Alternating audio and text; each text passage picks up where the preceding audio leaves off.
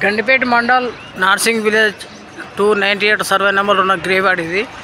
గత కొన్ని రోజులుగా మేము దీనికోసం బడ్జెట్ రిలీజ్ చేయమని పోరాడడం జరుగుతుంది. మున్సిపల్ కమిషనర్ కూడా చెప్పడం జరిగింది.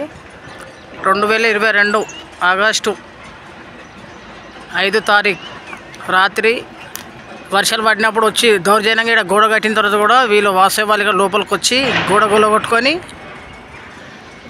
లోపలికి రావడం జరిగింది. ఇక్కడ గోడ కూలిపోయిందని చెప్పి ఇక్కడ గోడ గులగొని లోపలికి వచ్చారు. వచ్చిన తర్వాత మేము వెళ్ళి అడిగినప్పుడు వాళ్ళు ఏం చెప్పారంటే మేము గోడ కట్టిస్తాం అది కట్టిస్తామని చెప్పి చెప్పడం జరిగింది. మరి దీని గురించి పట్టించుకునే మనిషి ఎవరు లేరు. ఇది 6th వార్డుకి వస్తుంది. ఇది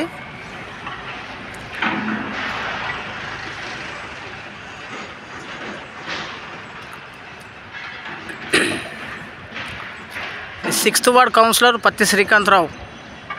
ఆయన కూడా ఒక్కసారి కూడా దీనికి బడ్జెట్ రిలీజ్ చేయలేడు, ఏం చేయలేడు. ఒక్కసారి 50 లక్షలు బడ్జెట్ రిలీజ్ చేసిరు. ఏదో కొంచెం కంఫర్టబుల్ కడతామని అక్కడ చెరువు సైడ్ కొంచెం కంఫర్టబుల్ కట్టిన తర్వాత 13 లక్షలు 12 లక్షలు 15 లక్షలు ఎంతో ఖర్చు అయింది దానికి అంతే.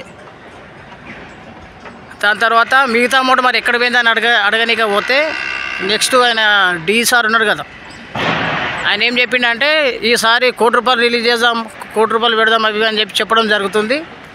వచ్చిన బడ్జెట్ మరి 50 లక్షలు మొత్తం మింగేసారు వీళ్ళు. మాకు న్యాయం జరగాలని కోరుతున్నాం. ఇక్కడ గోడ గులగొట్టిరు, దౌర్జన్యంగా లోపలికి వచ్చిరు వాళ్ళు.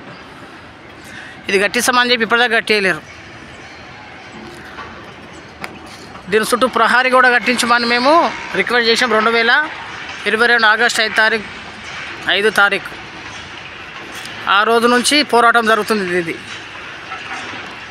ఇప్పటికే దీనికి అసలు బాత్రూమ్స్ లేవు, హౌజ్ లేదు, బోరు లేదు, ప్రహారీ గోడ లేదు, అసలు దీన్ని బౌండరీస్ లేవు. అసలు అధికారులను అడిగితే ఇప్పుడు చేస్తాం అప్పుడు చేస్తామని చెప్పి నిర్లక్ష్యం చేశారు టీఆర్ఎస్ ప్రభుత్వం ఉన్నప్పుడు. ఇప్పుడు కాంగ్రెస్ ప్రభుత్వం ఉన్న వాళ్ళు మాకు న్యాయం జరగాలని కోరుతున్నాం. నా పేరు పత్తి ప్రదీప్ కుమార్. బీఆర్ఎస్లో ఉన్న వాళ్ళు ఇంతకుముందు చాలామంది దీనికోసం అసలు పట్టించుకునే వాళ్ళు ఇవ్వలేరు. బాత్రూమ్స్ కావాలి, బోరు కావాలి, స్నానాల గదులు కావాలి,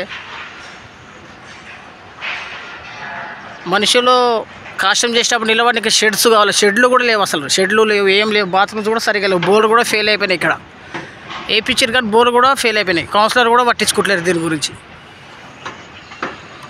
కొద్దిగా న్యాయం చేయమని అడుగుతున్నాం.